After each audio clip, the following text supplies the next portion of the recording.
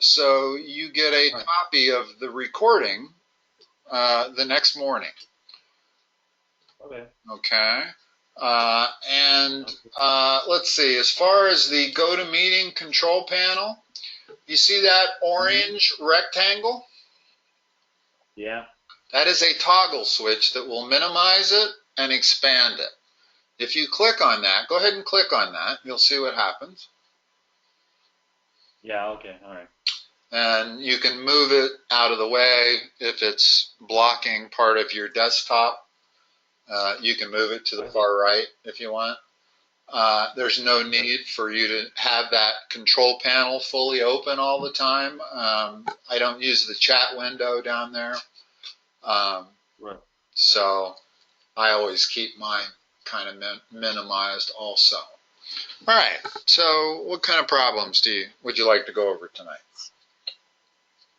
Okay, well, I have a test. Well, you don't have this book, you're telling me, right? I don't. Okay. Well, I'll just ask you the stuff I need to ask you, I guess. If you can verbalize these problems, usually most math problems can be verbalized, whether they're equations to solve or whatever. Sometimes you'll run into an area of math that's all about interpreting graphs, and then that's a little different. Then you need to send me a picture. Right. But if you have some problems you can verbalize, let's do some.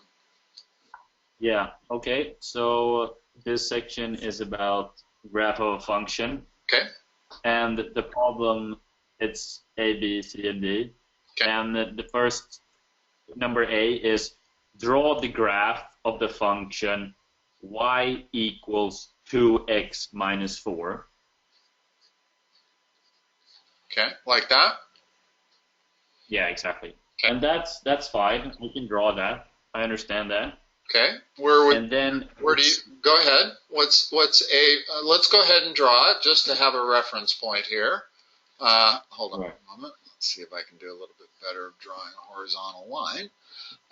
So we start that at minus 4. That's the y-intercept. And then it has a slope of 2 up 2 over 1. So that would be a straight line, basically. Okay, what's part B? Okay, so B is write down the coordinates, and I know that too. The x coordinates would be 2 and 0. Okay, in other words, the x-intercept would be 2, 0. That's where it crosses the x-axis. Right, and the y-intercept would be 0, minus 4. Okay. All right. All right, and now going to the part I don't really understand is decide whether the point A, within parentheses, 250, 490, lies on the graph of this function. Justify your decision. Okay. Any point that lies on that line has to fit that equation. Okay? Notice that if I put in the point 2, 0, it works. If I put in 2 for x and 0 for y, that remains an equation. Also, if I put in the point 0 for x and minus 4 for y, that works. So the way we determine whether that point is on the graph is by substituting. In other words, is the y-coordinate is that equal to this? And you'll notice that it is not. In other words, this is 496. Okay, so what we basically did was just using those values and implementing it into the equation, right? Exactly. And it doesn't matter whether it's a straight line equation or a parabola or an equation that looks like that. If you want to know whether a point is on a line of a graph, then it has to fit that equation, whatever the equation is.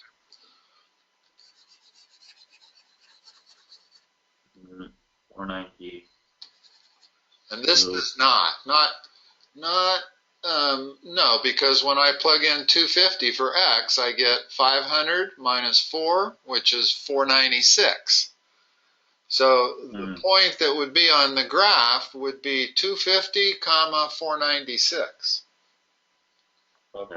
That would be on, but not 250, 490. Okay. And then the next one on the same problem is the point B within parentheses minus 3 comma y lies on the graph of this function.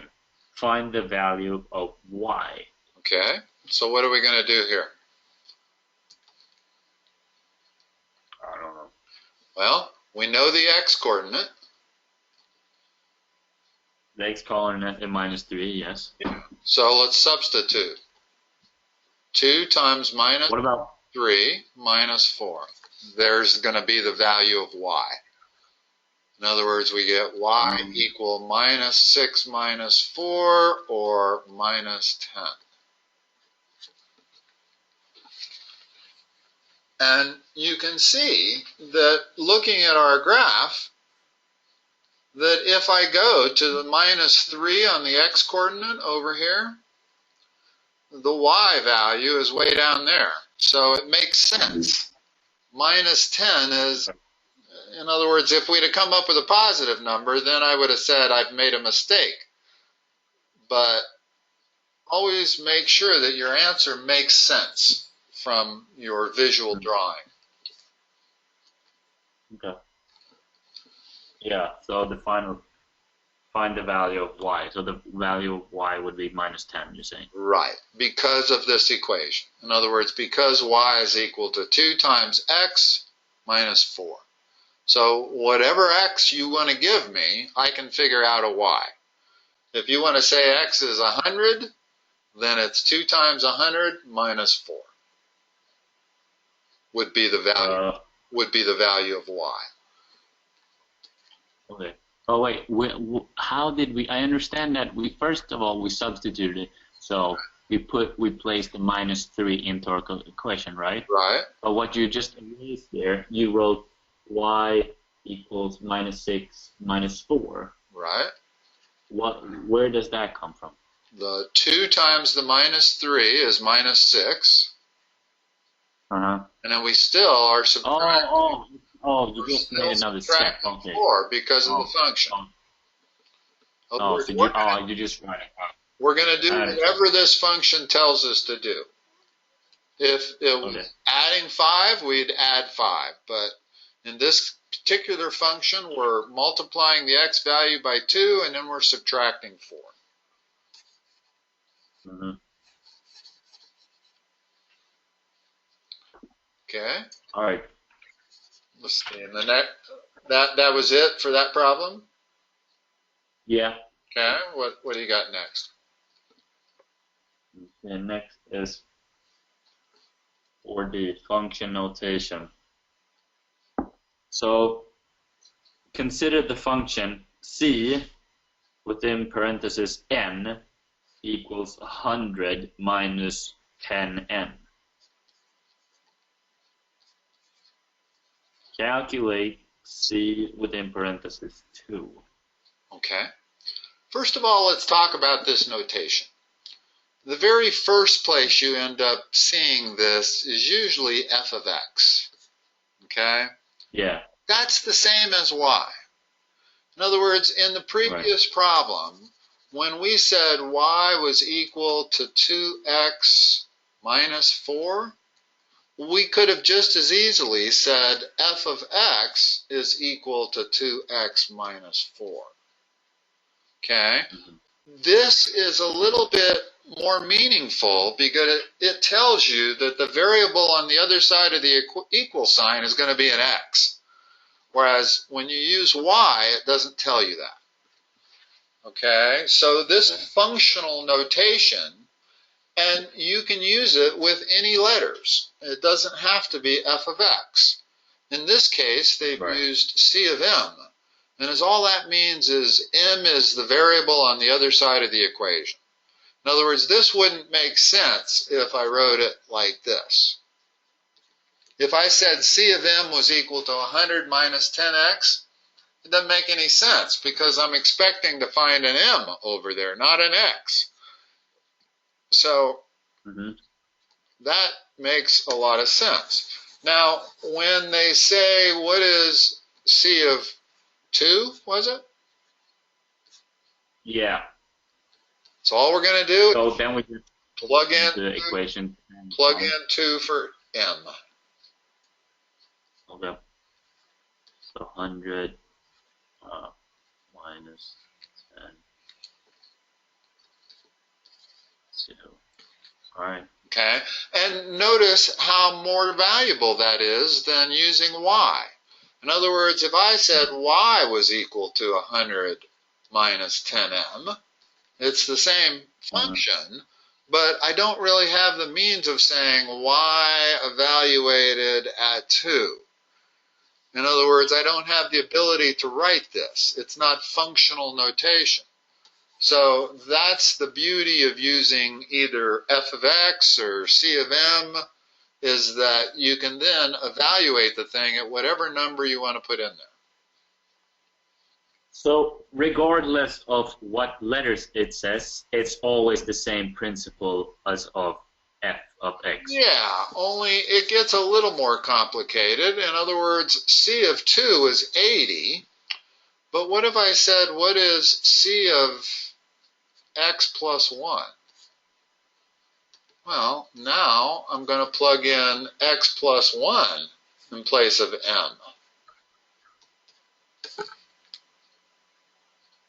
Okay? Oh. And when you go to higher math, this is frequently what you do, is you plug in a variable, or you plug in a variable with a combination of numbers. And the way you handle that is the same, whether it's a number or a variable, is that you plug it in wherever you see an m. I see. Okay? Okay.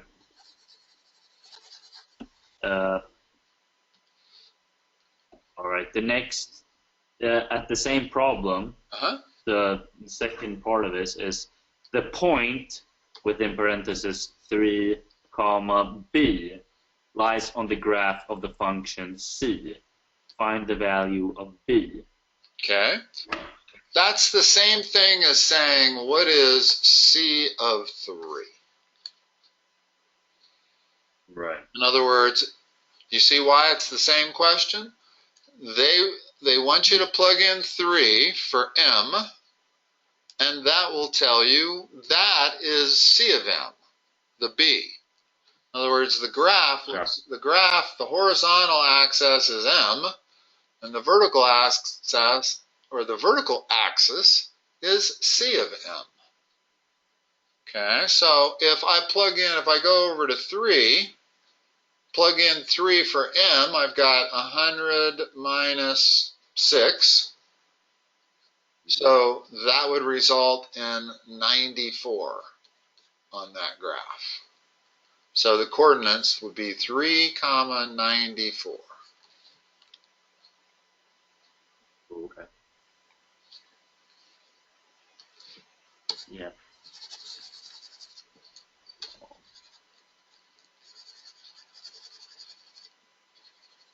Okay. More for this problem or another function? Sorry? Do you have any more questions on this particular function? Yeah, just one more. Okay. Same structure then, I guess, if you say it like that. The point within parentheses a, comma, 0 lies on the graph of the function c. Find the value of a. So, okay. Now here's a little different. In other words, this time they're giving us that. That's 0. And we're trying to find what m is. Okay. In other words, because I have the two coordinates, that's M and that's C of M, I'm going to just substitute. Well, C of M is 0, and M is A. So now I have to solve that equation. Well, A equals 50. In other words, the point 50, 0 fits that equation, and it does. 0 equals 100 minus 2 times 50. Okay. In other words, the proof of whether a point is on a particular graph or not, that's always the proof of the pudding, is to plug it in and make sure that it's still an equation. All right. Okay. Okay.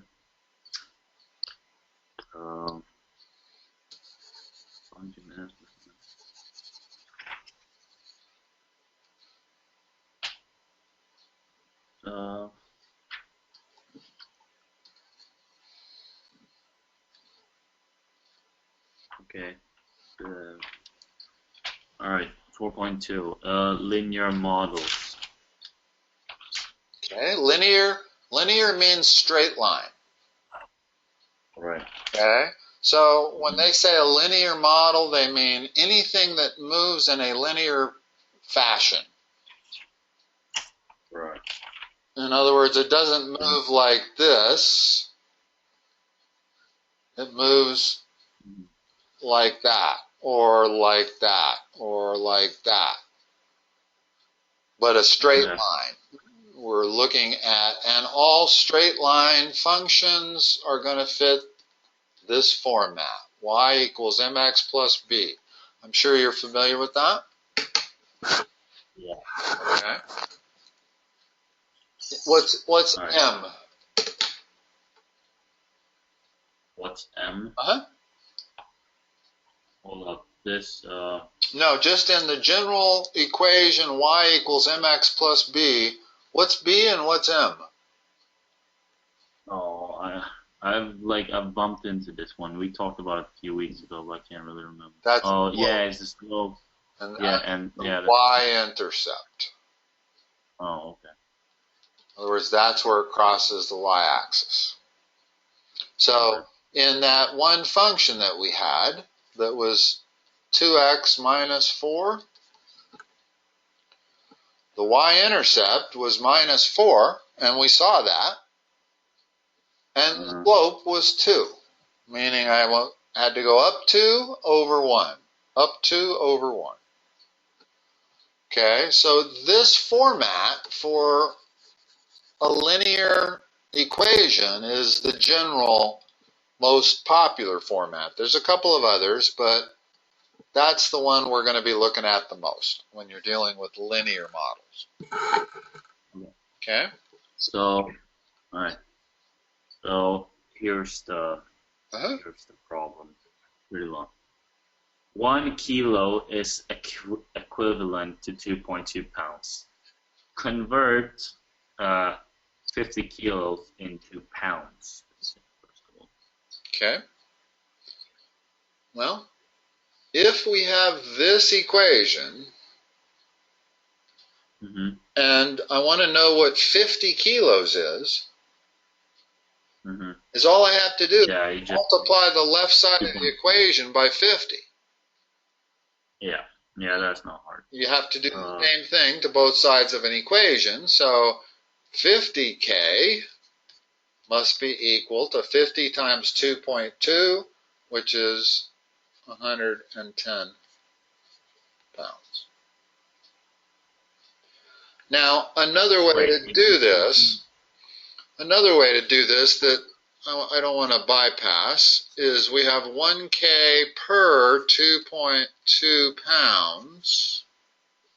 Can we not just take 50K, wait, 50K times 2.2? Yes, that's exactly what we did over on the right. But this is also a ratio problem. In other words, you're frequently going to have to solve these kind of problems using a ratio. We have 1K per 2.2 pounds, and that's equal to 50K per some unknown amount. So if I want to turn it into an algebra problem, and now I cross multiply here, so I end up with x equals 50 times 2.2. And I get the same thing, 110 pounds. Okay. Okay. All right. Next part of this is draw a conversion graph of pounds to kilograms. Use x values from 0 kilo to 100 kilo and y values from 0 pounds to 250 pounds. Whoa.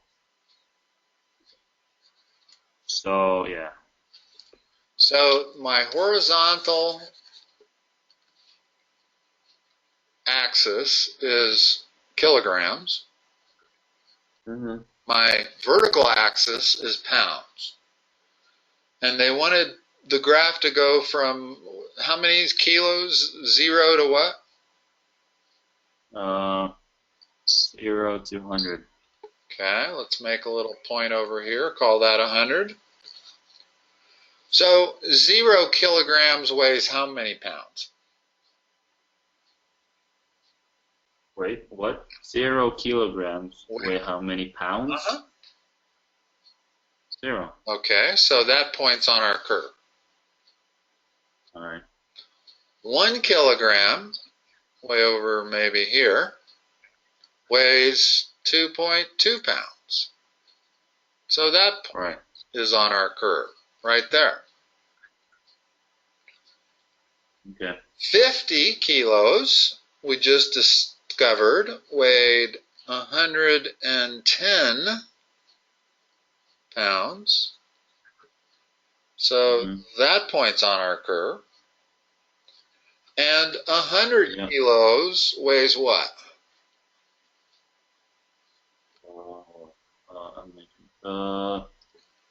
100 kilos weighs 220, right? Uh-huh.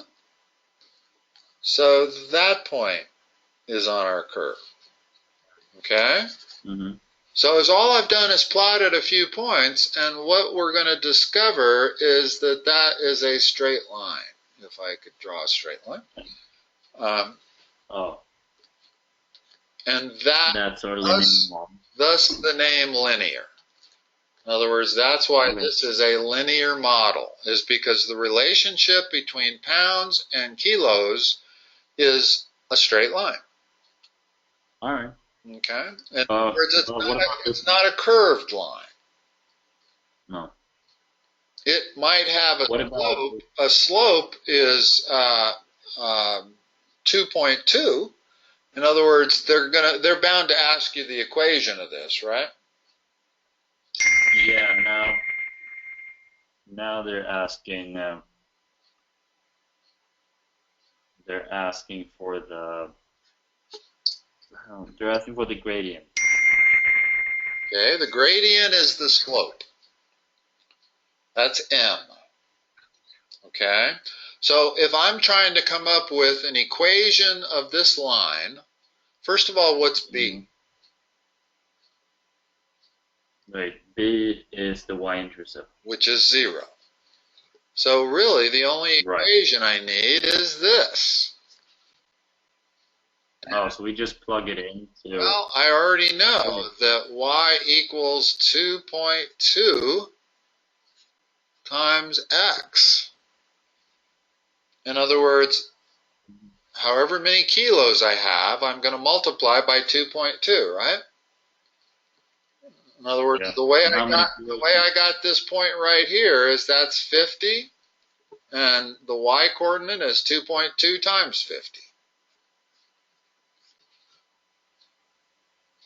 The way I got this point up here is that's 100 kilos, and that's 220 pounds.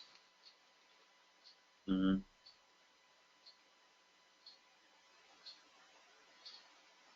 So the gradient is the same term as slope, and the slope is 2.2.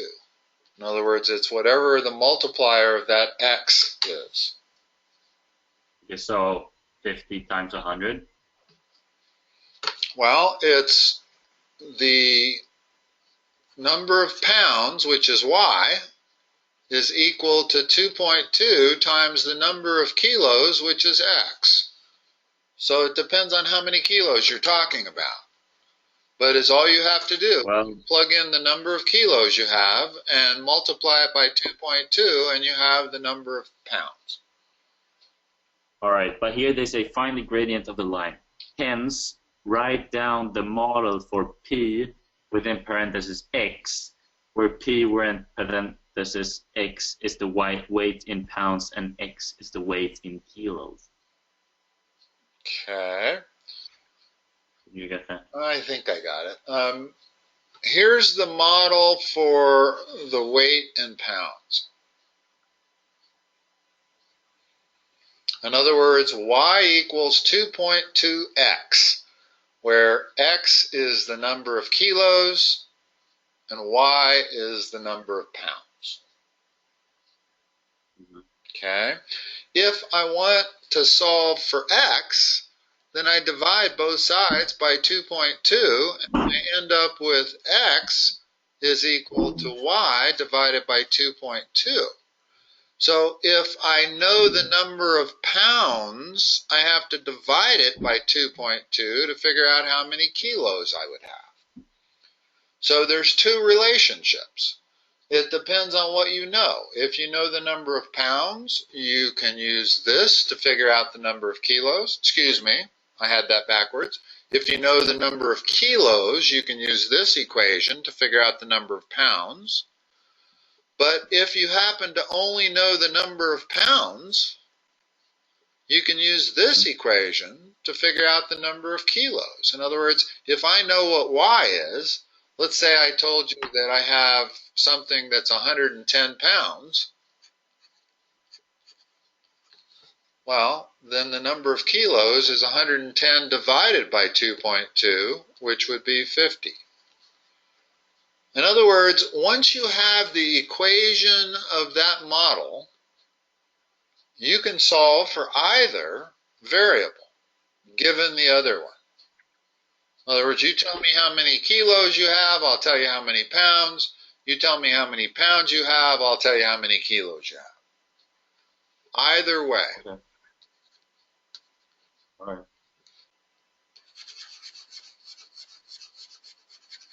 Is that it for that question?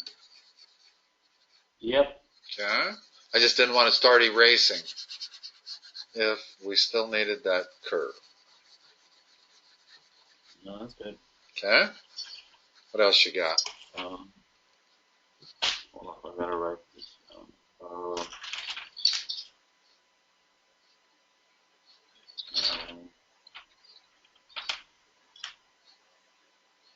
Did you figure out what was going on with why it took so long to download the software? I'm curious.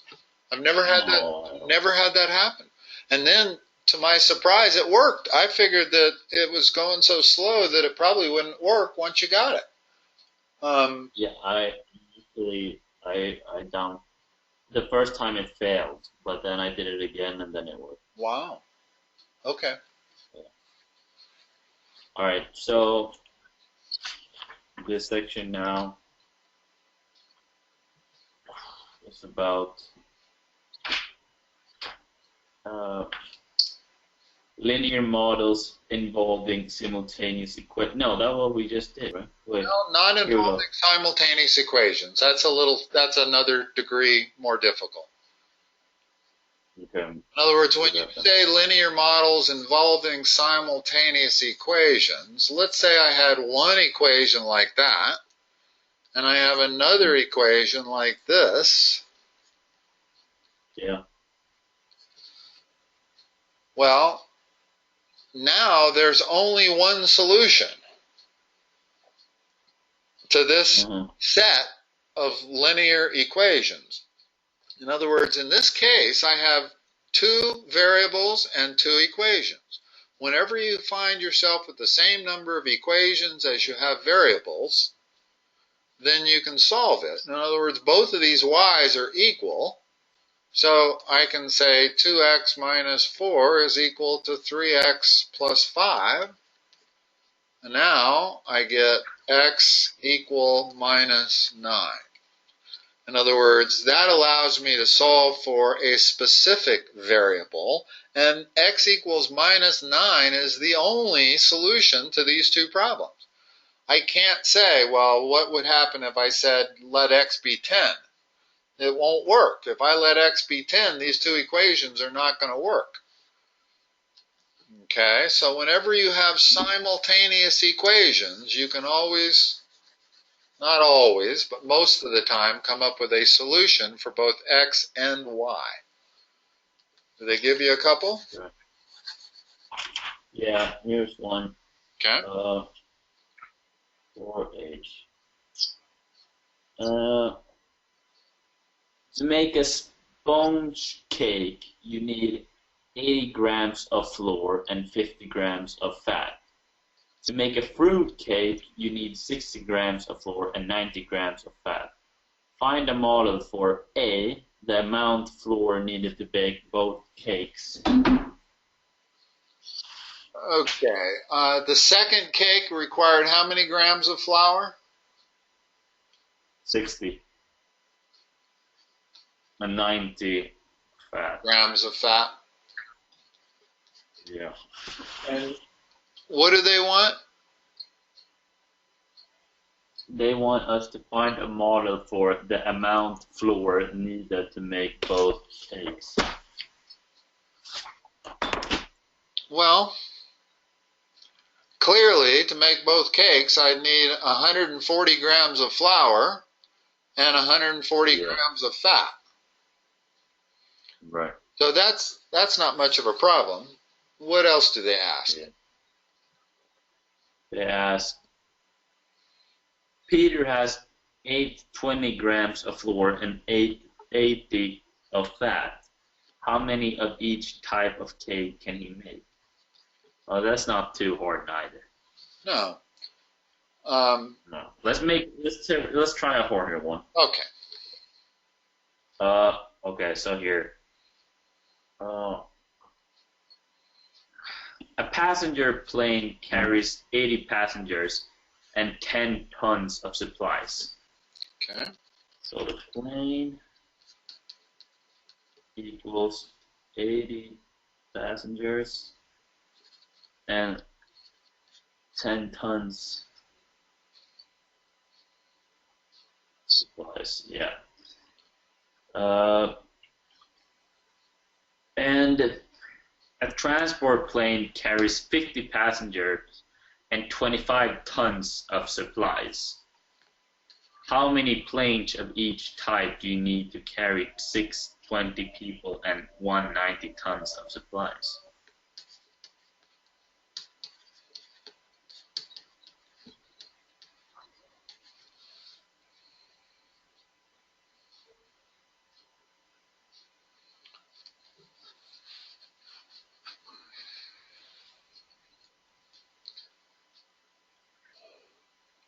Well, there's various combinations. Right. Right? In other words, if we're using the passenger plane only, this is a carrier plane or whatever. If we're using the passenger plane only, then 620 divided by 80. Yeah. That would be 7.75 planes and 19 planes to carry the supplies. So that doesn't work. So here's a problem where we can set it up as an equation, as two equations. Okay? In other words, our passenger plane is 80 times P plus 10 times S. Our carrier plane is 50 times the number of passengers, or excuse me, times the number P. And let me rewrite this. Let's start this by defining some variables. Okay? Let's let X be the number of passenger planes. And let's let Y be the number of carrier planes. Okay, our cargo planes. So we need, each passenger plane carries 80 passengers. So the number of passenger planes is going to carry that many passengers. Plus the number of passengers that a carrier plane carries. Yeah. So that's 50 plus X, or 80 times X plus 50 times X, plus Y is the number, let's see,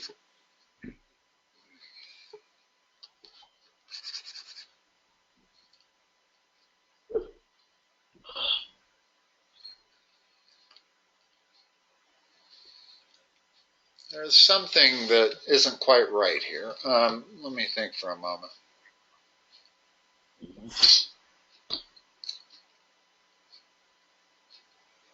All right, so the total number of people and supplies that are carried, if the total number of people carried is always 80 times X plus 50 times X. No, 50 times Y. There we go. Now I'm getting somewhere. Okay, so this is the total number of passengers carried, is 80X plus 50Y, given that X is the number of passenger planes and Y is the number of cargo planes. You with me? Yeah. The amount of cargo moved is 10 times X plus 25 times Y will give you the total amount of tons of cargo moved. Right? Yeah. Okay. So we need to solve these two equations, and we want to carry 620 people. So the number of passengers needs to equal 620. The number of tons of supplies needs to equal 190. So now it comes down to a math problem. We have these two equations. We have 80x plus 50y equals 620. Mm-hmm. And then we have 10x plus 25y equals 190. Now, because we have two equations and two unknowns, we're going to come up with one solution for x and y, and that will tell us how many cargo planes we need and how many passenger planes we need. Yeah. So the problem becomes, how do we solve these two equations? So let's talk about that. There's two methods for solving two equations and two unknowns. They should have taught you substitution and elimination.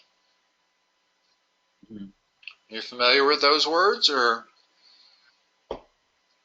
Slightly. I mean, I've never studied mathematics and English before I left the student, so I knew that. Well, I knew that it wasn't your native language. Right. But let me introduce those two terms to you, if you have not learned them. And that is substitution and elimination. Let's talk about the one we're going to use on this problem here. And that is going to be elimination. Okay? And there's a reason why it's called elimination. is because our strategy is going to be to eliminate one of the variables. Well, Okay. there's one of the rules of algebra is that you can always add or subtract equations. In other words, I could add these two equations together and get 90x plus 75y equals 810. Or I could subtract them. Okay? Now, another rule of algebra is that you can do anything you want to one side of an equation as long as you do it to the other. Well, watch what happens if I multiply this side of the equation by 2, multiply the other side by 2. This equation turns into 20x plus 50y equals 380.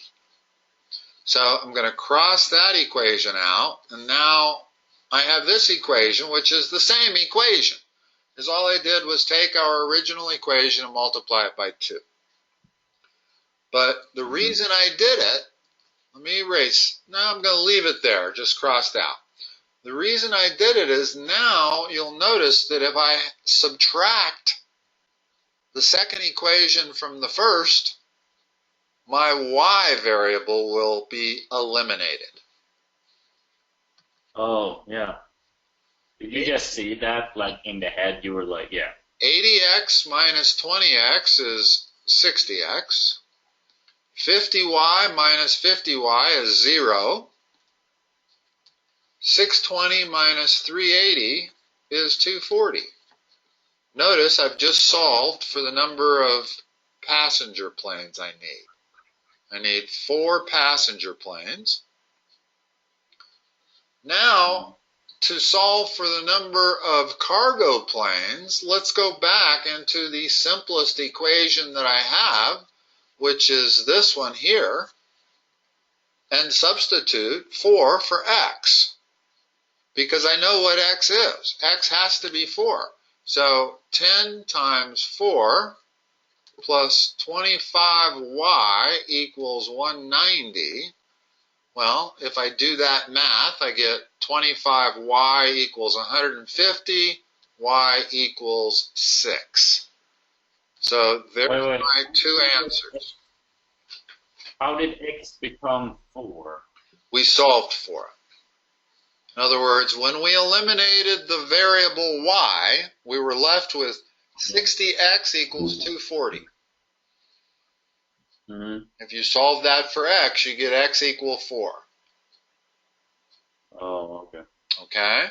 Once you've solved for one variable, you can go back into any equation that you're looking at here and substitute 4 for x. And that will allow you to solve for the other variable. And that's how we solve for y. As I went into this equation here because it had the smallest numbers. And you're always better off doing math with small numbers as opposed to, I could have substituted it in for this here, but those are much bigger numbers. So I went into the smallest set of numbers, substituted 4 for x, solved for y, I got y equals 6.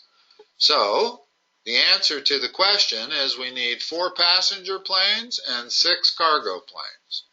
And that will deliver precisely 620 people and 190 tons of supplies. All right. Sounds good. Now that's actually a fairly hard problem to set up. In other words, that's a word problem. And most people have quite a difficulty with word problems. Really the place we should start here is solving some simple simultaneous equations. For example, I'm going to give you one here. There's one equation, 2 variables. I cannot solve it. You cannot solve for 2 variables unless you have 2 equations. Now another equation I'm going to have is this one.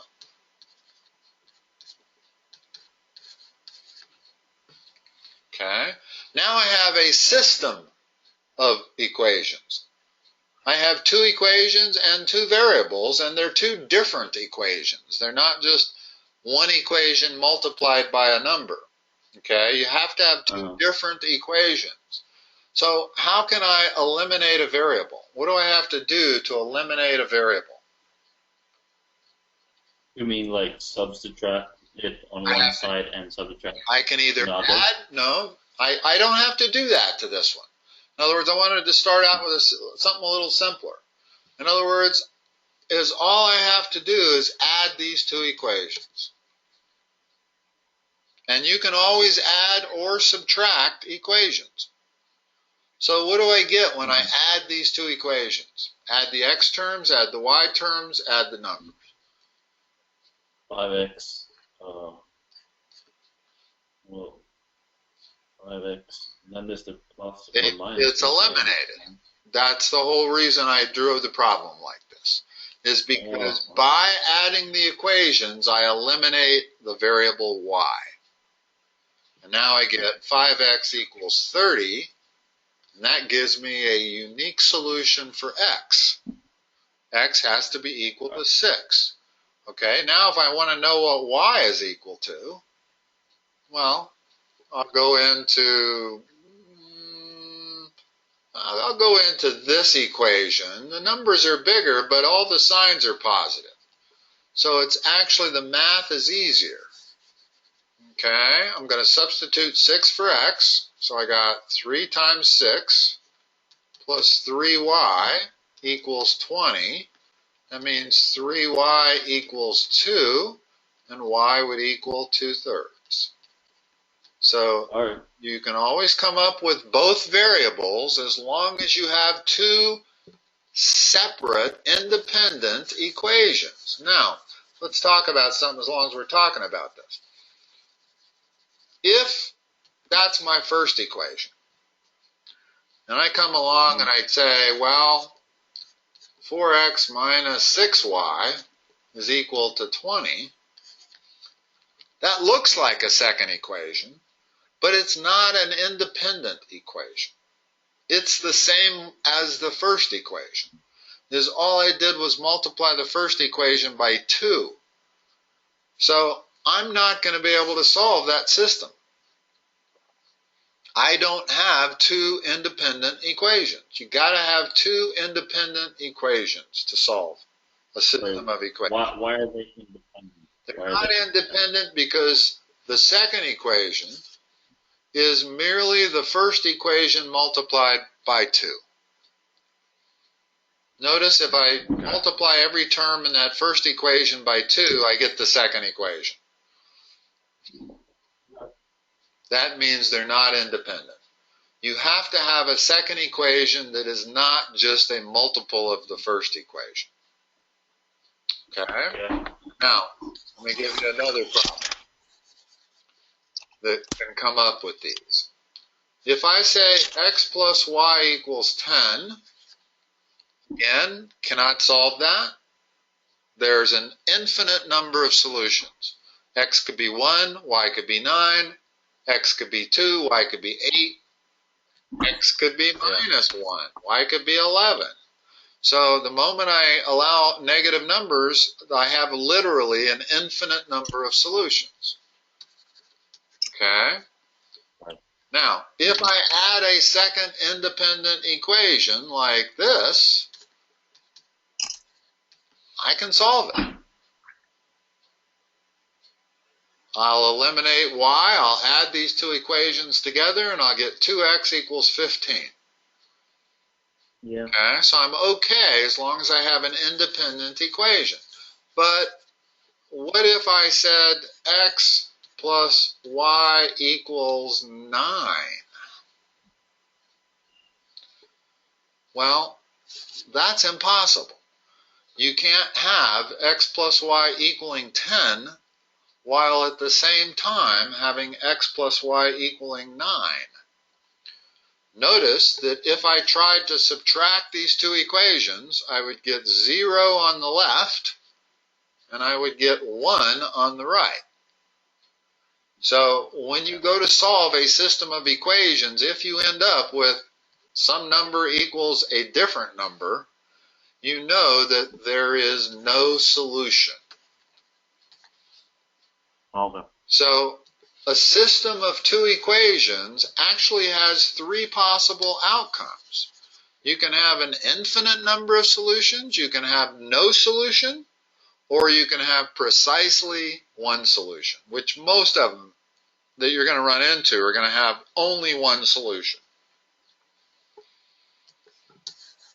Yes, I understand. Okay. Nice. What else you got? All right. Well, let's talk about one other thing. As long as we're talking about systems of equations. If I say this,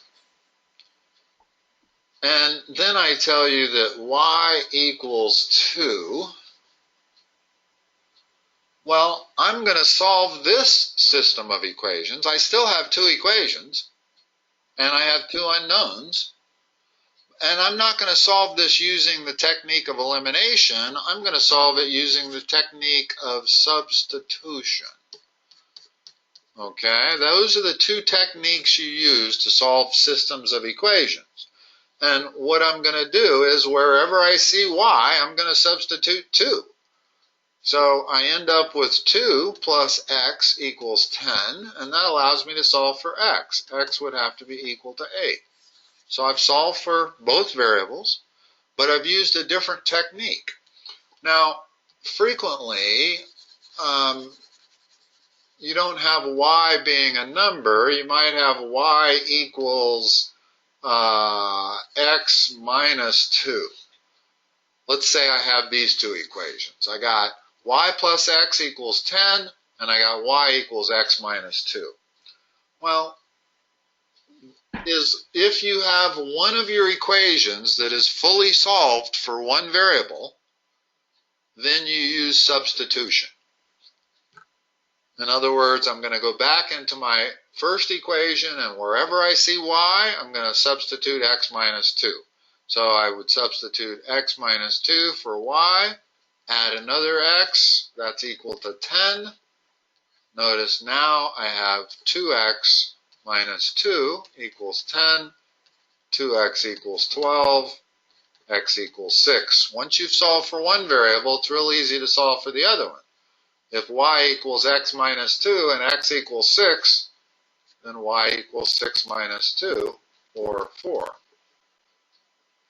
So those are the two techniques for solving simultaneous equations: elimination and substitution. And which one you use depends on how they give you the equations. This is called standard format, where you have your x and your y on the left side of the equation and you have a number on the right. If both of your equations are in standard format, then you typically want to use elimination.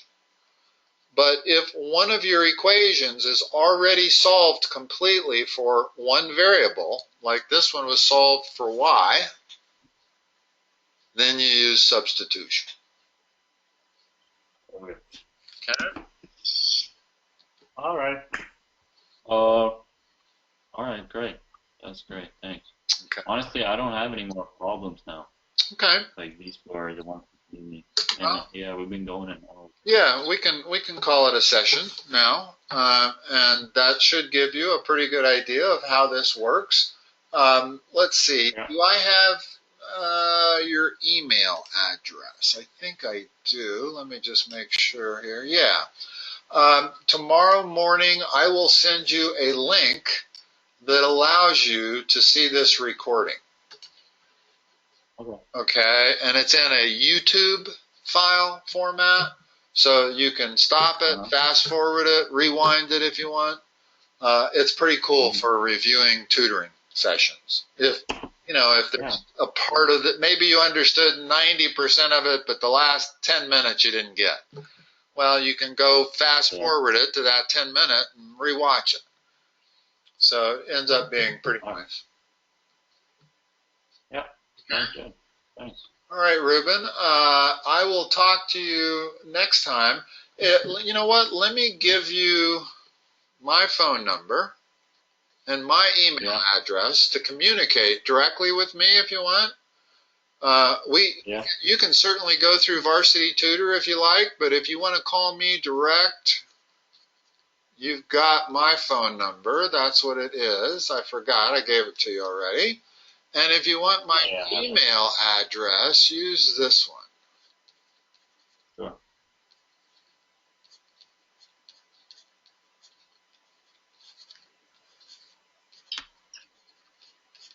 In other words, if we're going to have a session and you want to send me review material or something, if you want to take a picture of problems in your book and send it to me before a session, send it to this. Send it to this email. All right. Okay. And then the next time you don't have to re-download the software, obviously. Once you download that software, it's on your system. You should have an icon on your desktop that looks kind of like this flower. It says Gotomeeting. Is all you have to do next time. Double click that and put in the meeting ID number, which will be new. I generate a new meeting ID number for every session. And so what I will do is I will text you the meeting ID number right before the next session. And just open up the Gotomeeting icon, put in the meeting ID number that I text you, and we'll be in a meeting. And you will default to the audio, proper audio. So you won't have to do anything but put in a meeting ID number. Sounds very convenient. Good. Yeah, it works pretty good. I've been tutoring for 7 years, and I've been doing online tutoring for about 6 of those. And boy, once somebody experiences the online, they don't want to go back to in-person. Neither one of us. Yeah.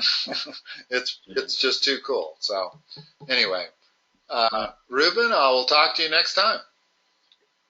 All right. Thanks a lot. Bye-bye.